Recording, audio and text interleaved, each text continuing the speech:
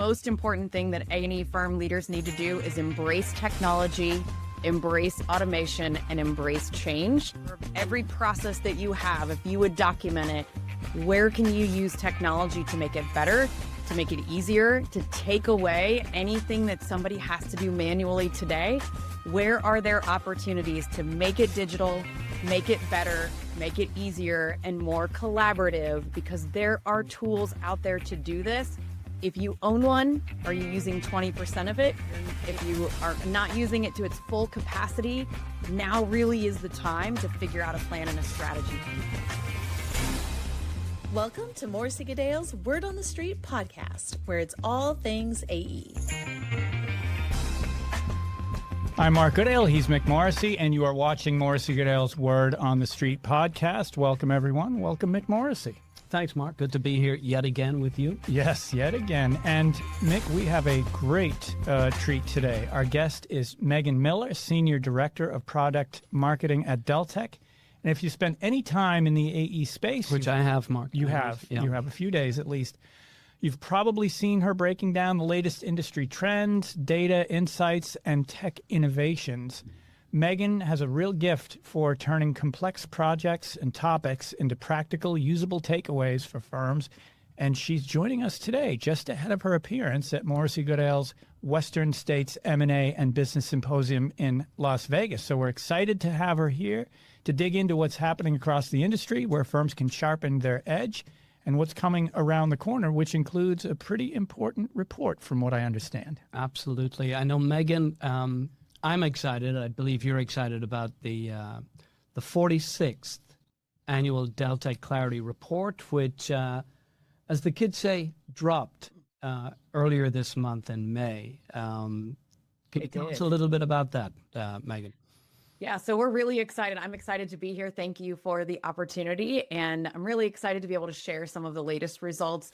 For those that have heard me before, this is always one of my passion projects. I love talking about all things data. So when we look at the 46th annual report, we had nearly 700 firms around the US and Canada that participated this year, looking at a lot of different topics of financial, project management, HR, talent, and business development, as well as tech trends.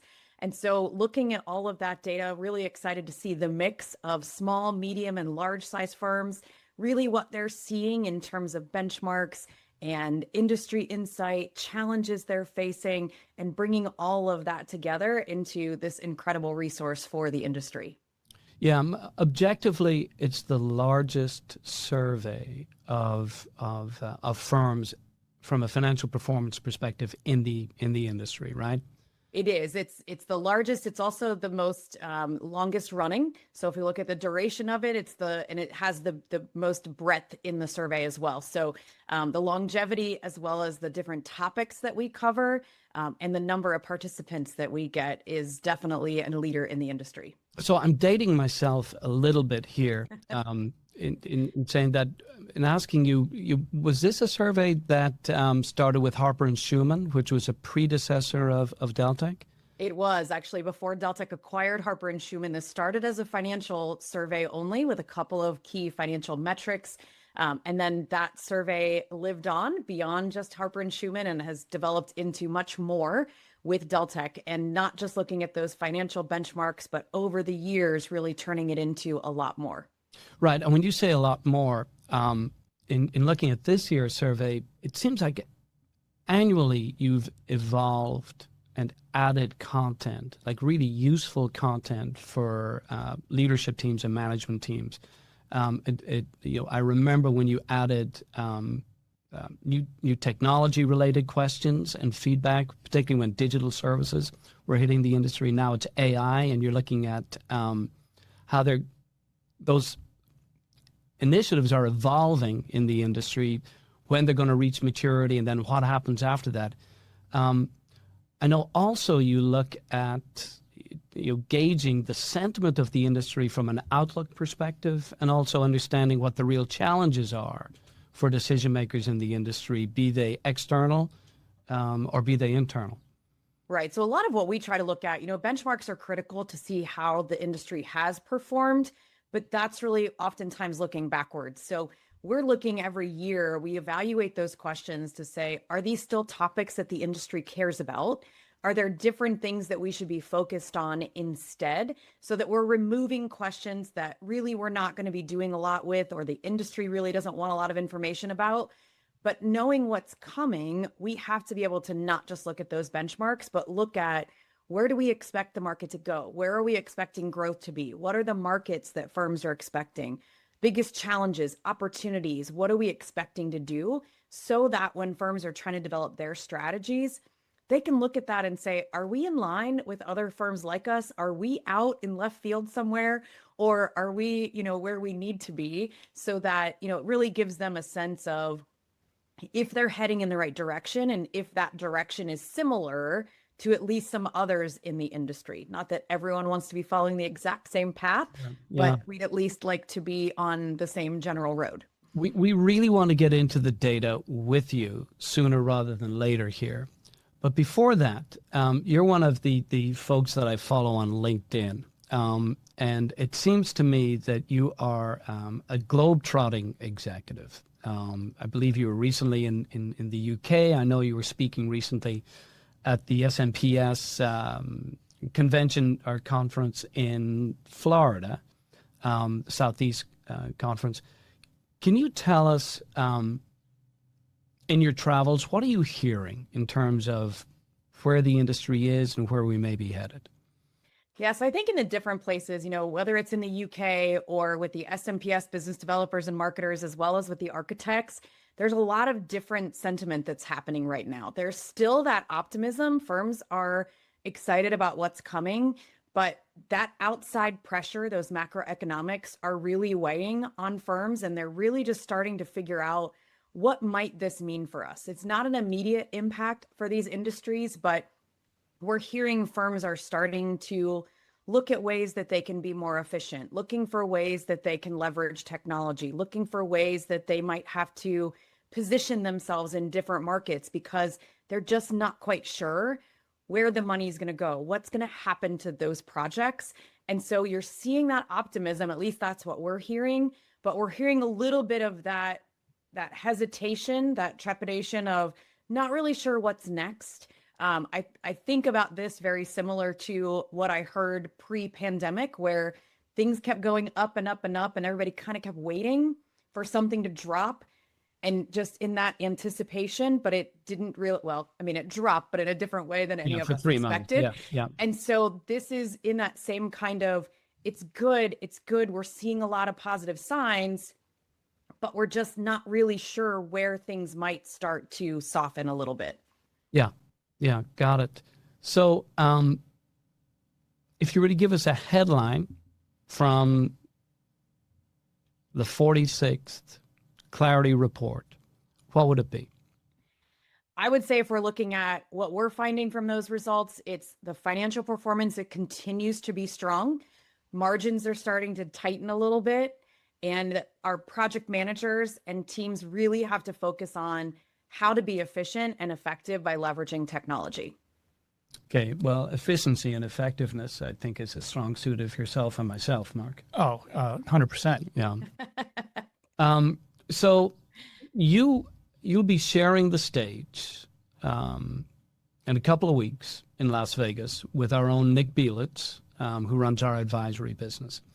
And you've been doing this now for a number of years, sharing a state of the industry from a financial performance perspective, a financial condition perspective, and an outlook perspective. Yes.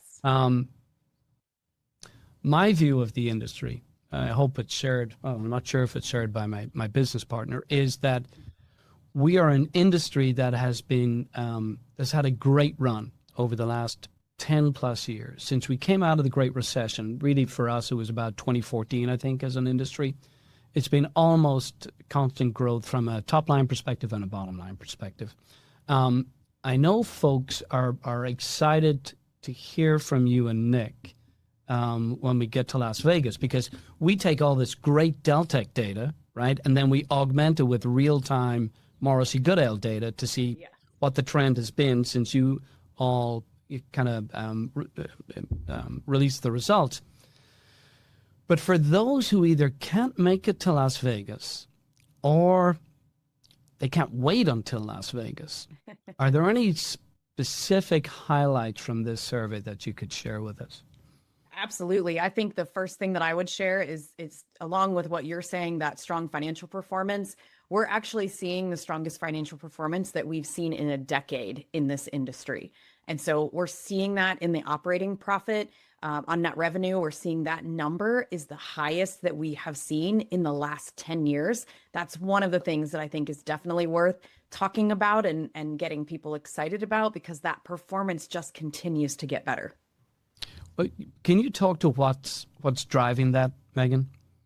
Yeah, so I think there's a couple of different things. We know that our net revenue per employee is also going up. That number is at a 10-year high as well. Our debt to equity ratio is down. And so there's a lot of different factors that are playing in there. We're also seeing that more firms are doing revenue based on things that aren't traditional hours. So seeing more of those tech services coming into play, other revenue sources that are playing into that, that are increasing those overall revenues as well. So if I'm looking at some of the data from the survey, operating profit, I mean, the numbers you're going to talk about, operating profit this year, median, starts with a 2, right, in terms of percentages. It's north of 20%. First time the industry has seen that. This is from the 700 plus firms, architecture firms, engineering, environmental consulting, large firms, small firms. Yes. Put it all together, we're looking north of 20%, right? When I look back to 2014, 2015, it was only about 12% or so. Yes. Yeah. So there's a big difference there. So there's been a little bit of jumping around again during the pandemic time of things going up and down, but pretty well of a steady climb over the past 10 years and just continuing to see that upward motion. Where do you see variation in profitability, Megan? Are there particular firms, or particular types of firms, particular end markets that can yield stronger performance? Yeah, so we see some of the high performers, definitely. We see higher numbers there. We actually saw higher numbers this year from our large firms. And so what we saw in their numbers this year was higher. Engineering firms tend to be higher in general than what we see in architecture. We saw that again this year. So definitely those high performers, those large firms and the engineering firms stood out this year for the operating profit. So I know in our advisory business, this focus on high performers, particularly strong profitability, is where we direct a lot of our advice and a lot of our energy, because when you're a high profit, then you've got the capital to invest in your folks, to invest in new initiatives, to invest in acquisitions, to invest in technologies. And for employee-owned firms, what we're finding is that if you're not a high performer consistently and sustainably, then you may lose the opportunity to remain an independent employee-owned firm. So it would seem to me that the profit performance of the industry allows employee-owned firms to really be in a good position in terms of determining the path forward in terms of independence or selling or merging. Is that what you're seeing too? Yeah, and I think one of the things that I would say that's not necessarily financial related to that, but tying into that, wanting to determine what's next for you and where you want to go, we are seeing a lot more firms are focused on the individual, the career development and the career planning and where I'm going to go as an employee in this firm. Not so focused on just recruiting and bringing in people, but really that internal focus on staff, which to me also aligns with that idea of wanting to control where you go, whether you're employee owned or not, but you're really looking at the future of the employees. That's been another key trend that we're seeing this year that I think is a really positive sign for the industry of taking care of your own, investing in their future, which is ultimately investing in the future of the industry. Yeah, and in that regard, I think, so if you look back at this past decade, and you look at the profitability performance, I know we get a sense that there's a change in attitude, or there has been a change in attitude since 2014 in terms of how the industry, how leadership teams and management teams feel about themselves, about their firms, about their brands. They're much more confident. They're much more willing to invest. when I look at these profitability numbers back 2014, 2015, we kept hearing about commoditization and fears about the industry being commoditized. We don't hear that anymore. The challenges that our industry face more and more is what do we do next, and how do we really take advantage of the opportunities? Would you agree with that, Mark? Yeah, I think the shift has been accepting that it is a business. It's not just a practice, but there's more attention paid to the business. And Megan, I wanted to ask you too, when you look at this data that you gather, it's like catnip for these firms. I love to see how they stack up, and it's great for benchmarking. How do you see it being used as a strategic tool for growth and innovation? And I want to get back to Mick's point after your response here about the mindset shift too, and ask you about that. Yeah, so I think when I look at how we use this, this is giving leaders of firms a view into what's happening with firms like theirs. So I always ask firms to not just look at the data for this year, but look at the trend over the past 5 years and 10 years and actually plot their numbers right along those to see it's not that they're always going to hit right where the median is or where the high performer is, but are they trending in the same direction? And if not, to dig into the why. So if my numbers are not following an upward trajectory year over year of operating profit, what happened in the years that it didn't?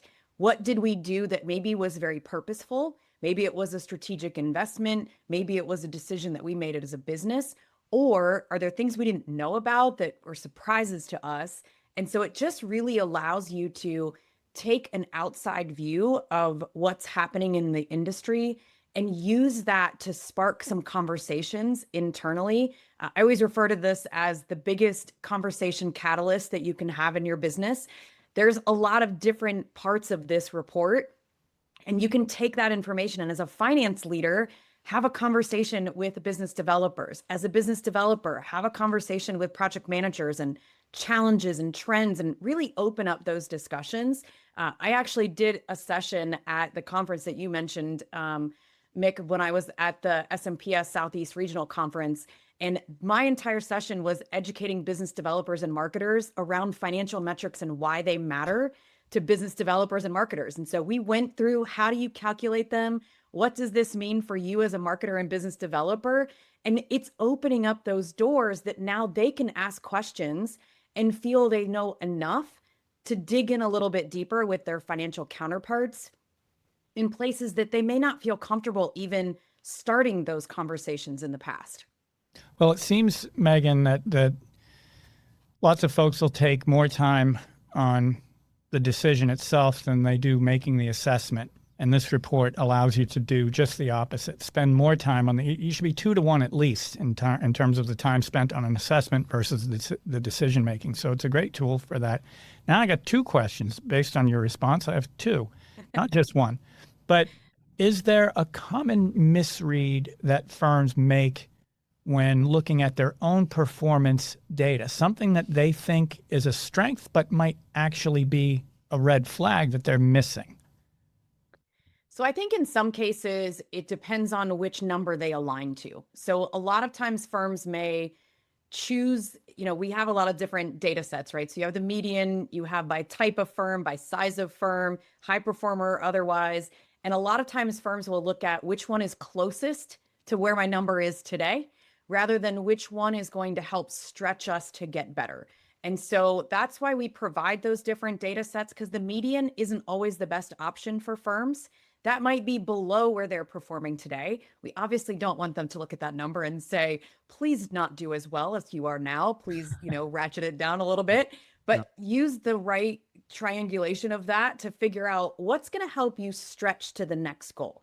If you're already here, where do you go next? And I think the other piece that we see is that firms look at this in just one part of the business. So we just have our financial leaders looking at the data, but they're not having conversations with HR or with the BD folks to talk about, if we decide, well, we always use utilization because we always say financial leaders would love to have utilization at 95%. We know the impact of that in every other part of the business, But if we're just focused on that one metric or that one thing to move it up, and we're not talking about the impacts to the other areas of the business, that actually can have a big detrimental impact to the overall business. And so, to some of your earlier points you made just a moment ago, folks out there, beware of your confirmation biases. So look at all the data.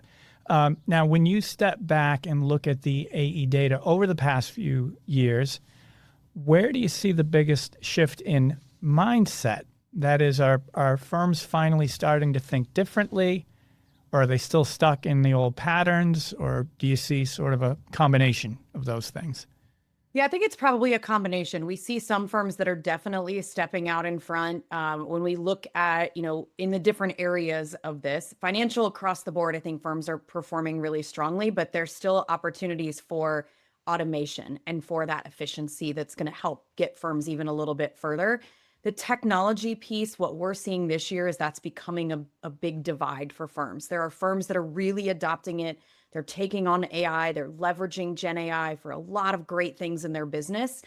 We still have about 40% of firms that are telling us they're not using it at all. Right. Yeah. And that's a crazy number to me of how prevalent this is becoming and how essential it's becoming to the business, that many firms are still not using it. It's going to just become a bigger and bigger divide and start to become a competitive differentiator for those firms if the ones that are using it are really going to start to use it to their advantage.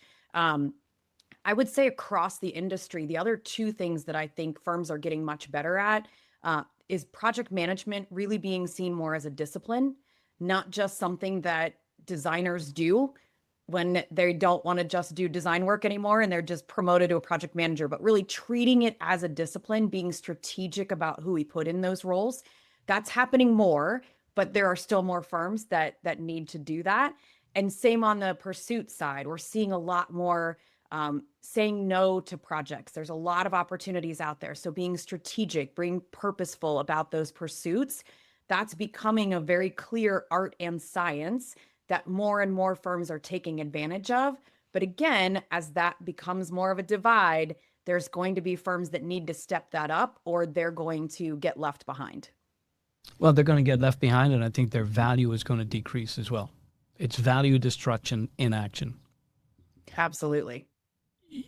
It's an interesting point you make about this divide, and this we see it similarly, where this dichotomy just continues to grow, and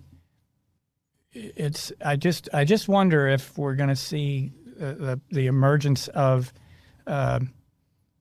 technology firms that happen to be run by AE professionals versus AE firms that happen to feature some technology.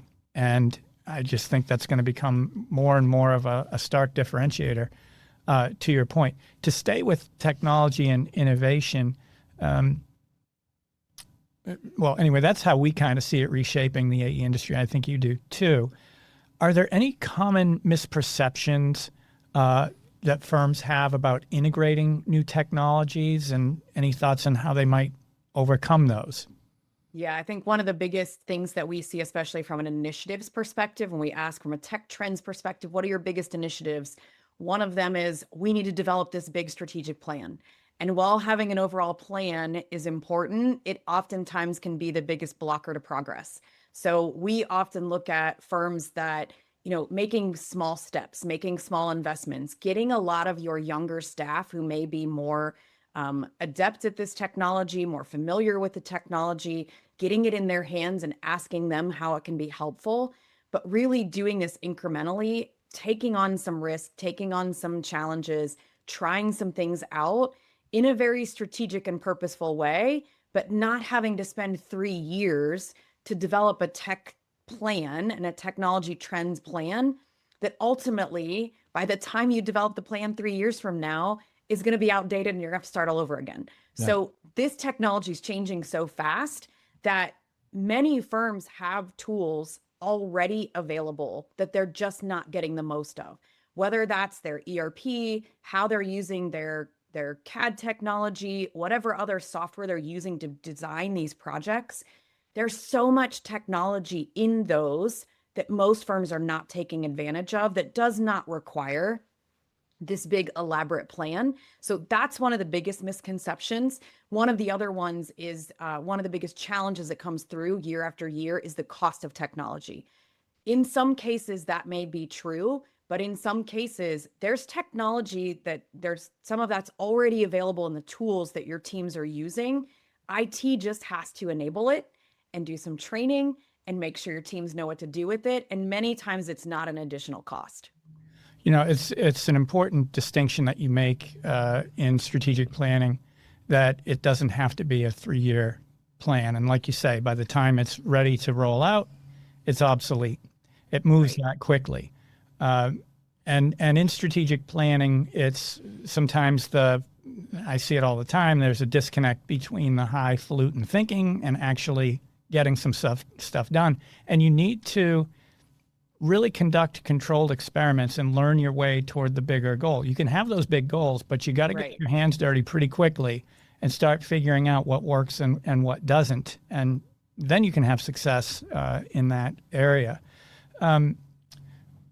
From where you sit, when it comes to technology and innovation in particular, do you see a difference between the firms that are genuinely innovative and the ones that just sound innovative from the marketing that they do? Yeah, I mean, there's also the element of using technology to write your more innovative messaging. So there's also a difference between, yes, I see a difference between those firms that are truly innovative and the ones that are marketing it as such. I think in some of that, they may have really innovative marketers that don't necessarily have super innovative designers and, back office staff. So some of that you can see just in how they present themselves in the market, how they're using those tools, how they talk about those tools that they're using, and how they collaborate with other teaming partners. So when you look at, what would be considered traditional design challenges that we're doing in totally different ways now, and we're solving those problems in completely different ways than we would have 5 and 10 years ago, that's not coming from just going to a conference and learning some new techniques, but really taking the opportunity to think differently and allow those firms and those employees to take advantage of what they know, what they're learning, and apply it in really creative ways. That happens on the design side, but it also happens, we see that a lot on the back office side, right? We work with a lot of the financial people and the technology experts, and we see that in a lot of the questions that they ask us, right? So if they're leveraging the tools in the way that they should be, there's a completely different level of questions that they're asking our teams that we can tell they're in it, they're using it, they understand the workflows, the automation, the AI, and they're using it every day because they're trying to figure out how to do more with it. And those are the people that we know are really embracing it and trying to figure out how to take it to the next level. It's interesting. It seems like fear can be a big barrier to integrating technology. And the firms that you just mentioned, the types of firms you just mentioned, seem to have gotten beyond that fear, never had that fear to begin with. Do you see some firms that have particular fears about this technology? And if so, are any of them actually legit? So there's always the fear of what happens to my data, right? That's the biggest fear that I think happens in this industry because there's a lot of outside pressure from their clients, depending on who they're working with, to make sure that that data is protected. And so it's a legitimate fear, but I would say it depends on who you are partnering with and knowing that you have trusted partners that are taking care of all of that, all of those things for you, right? So the teams that we have in place to make sure that data is protected, the teams that we have in place to make sure that we're developing these tools with the right intention and the right thoughts and the right security around it. Those are the types of partners that if you have those in place, some of those fears, why they may be founded, can be alleviated pretty quickly by just choosing the right partners in the industry that know how to do this every day and can make sure that you're protected as a business. I mean, it's going to be huge for revenue per employee to make each employee far more productive. I got to think Absolutely. that's some of what we're going to be already seeing and some of what we're going to see. Yeah, I want to kind of tie this conversation in with that specific data point coming out of the 46th Deltek Annual Clarity Survey. One of the indicators that I looked at, which really kind of blew me away, Mark, was net revenue per employee. And it seems to me that ties a lot of this discussion around efficiencies and innovation and taking risks, designed to improve firm performance.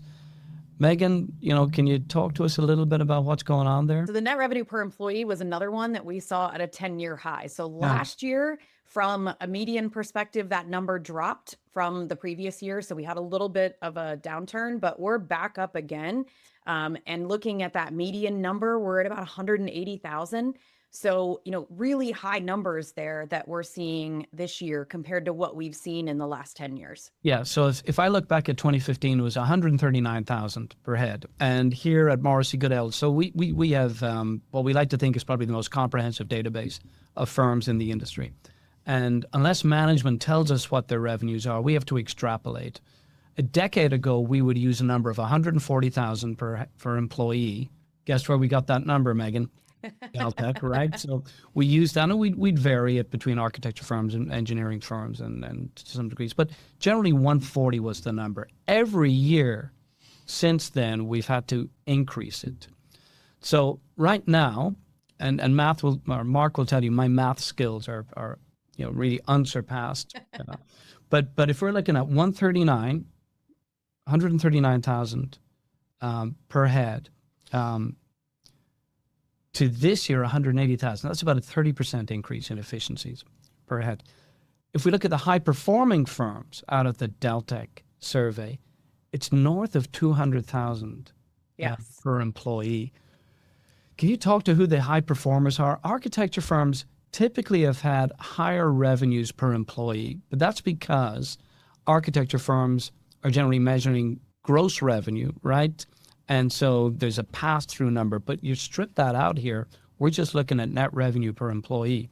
Yes. Who falls into that high? Yeah. So when we look at our high performers, we look at those firms that have an operating profit of 15% or higher and net labor multiplier of 3.0 or greater. And so both of those numbers combined were high this year.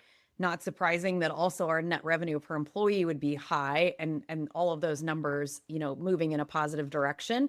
One of the things I think is interesting on our net revenue per employee this year is there's really not a lot of differentiation between size and type of firm. Right. It's about between 180 and 200,000 for the high performers, right? Yeah, it's pretty even regardless of size of firm, type of firm. They're all pretty even across the board. Most of our other metrics, we see some big differentiation between the small firms, the large firms, the A's and E's, but not really in this metric. It's pretty even across the board. 2015 to 2020, it went from 139,000 per head to 148 per employee. Good. Since 2020, it's gone from 148 to 180. I have to believe it's deployment of technologies. I have to believe it's efficiencies to some degree around hybrid work environment for some firms, getting more billable time, more efficiencies there. Any other reasons that Deltek is looking at for this pretty significant jump? Yeah, I think some of all of the things that you're talking about, the technology being used for efficiency, figuring out how to best leverage the staff you have, although utilization hasn't changed too much. But we have also in some of those places have been hearing in the places that I've been in the industry that firms are also looking at some of their billing rates and adjusting those and making some changes there that can be really impacting these numbers. Yeah, the net labor multiplier as well stat I thought was striking. And so I think there's a lot more value pricing, a lot more let's do this on a fixed fee basis and let's be super efficient, right? And that all comes together for this being one of the greatest years for the industry. Outlook, Megan, what are you hearing from folks? Yeah, so I think overall, firms are positive, but I think there's some hesitation again of where do we think things are going to go. Backlogs are a little bit weaker. Saw Um, that. Yeah, a little bit, little flat. bit, not a lot, definitely Yeah, more so on the architectural side. yeah.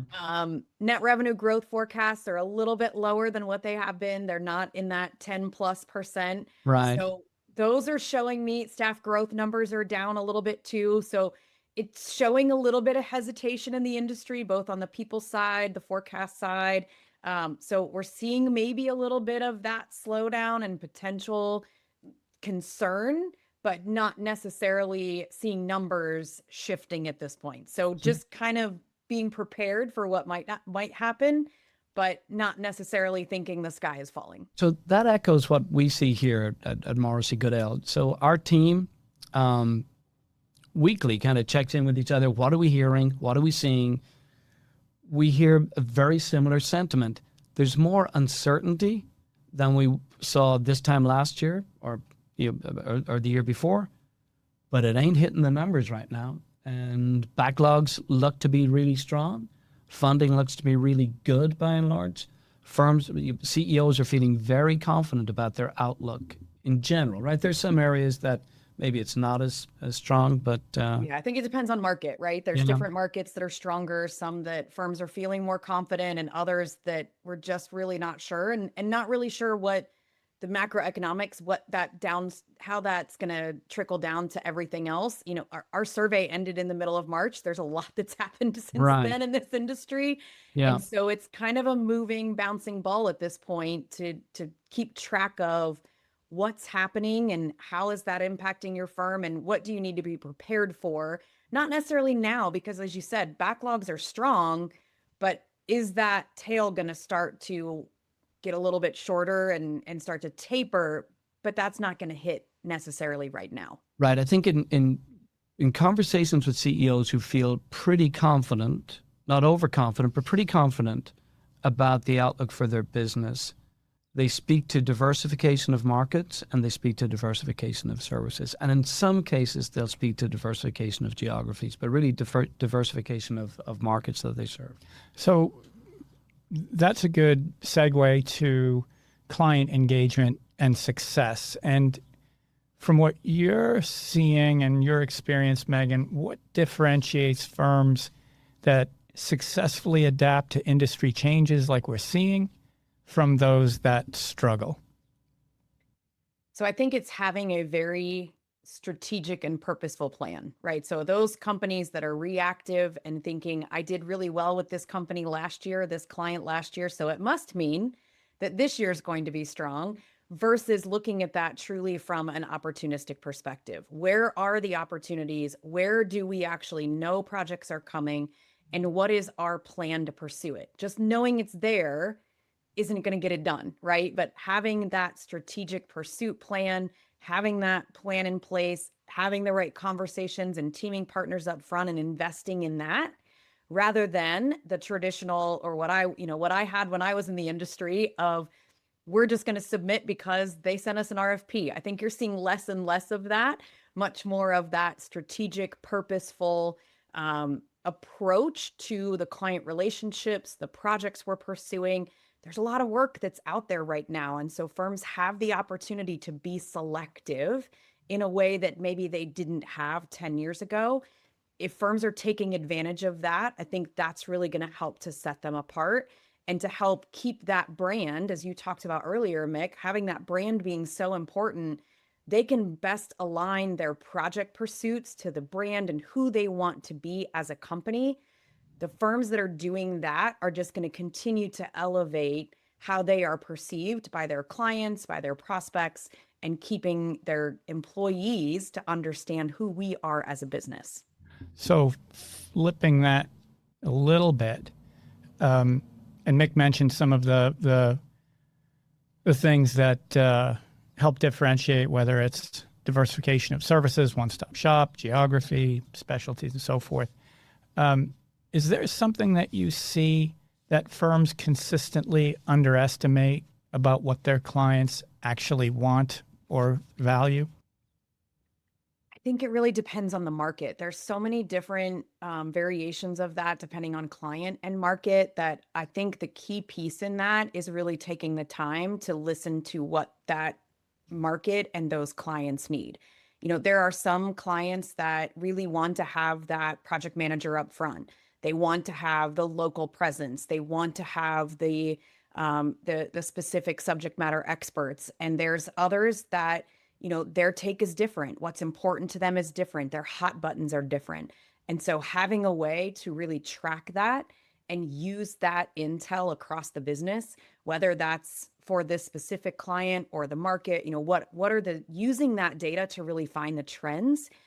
The companies that do that are really the ones that are going to help set themselves apart, that it's not just a same approach we use in every market and for every client, but really changing that approach to be customized to whoever it is that they're talking to, right? That if that client wants this project manager, this team, this for us to be successful, do we know that? Are we tracking that? And are we delivering it? So being mindful of that, I think, is really important, because I don't think that there's just one thing that we're hearing or seeing that's really helping to separate firms and keep them differentiated from who they're going up against. Megan, can you share an example of a firm that transformed its operations through the strategic use of Deltek's solutions? Absolutely. There's a lot of examples of firms that are doing this, but I'll give you an example of one where, this firm has gone through a lot of change over the last 5 years, 10 years in the way that they're structured. They've gone through some acquisitions. And so they've really taken that step back to look at their system and say, what do we need to support the business we run today? What are the ways that we need to structure this system to work for who we are as a business today and who we want to be in the future? Part of that was going through all of their internal processes and finding those pain points. What are the things that are holding people back from being able to do their jobs effectively, whether that's things that are not automated, areas where maybe there's an opportunity for workflows and reminders, and just keeping them on track with what they need to do so that finance people aren't chasing them down. They're not having to track down papers and markups and all of those things, but really taking advantage of what the system has to offer. They've been able to make some tremendous changes, not only to how efficient they're being, but they're able to close their month faster. They're able to get data to their leaders faster. They're able to leverage their AI tools much better that are already in the system and rolling that out to their teams so that they're able to use the tools in the way that it's intended and really make their teams ultimately in their business more profitable.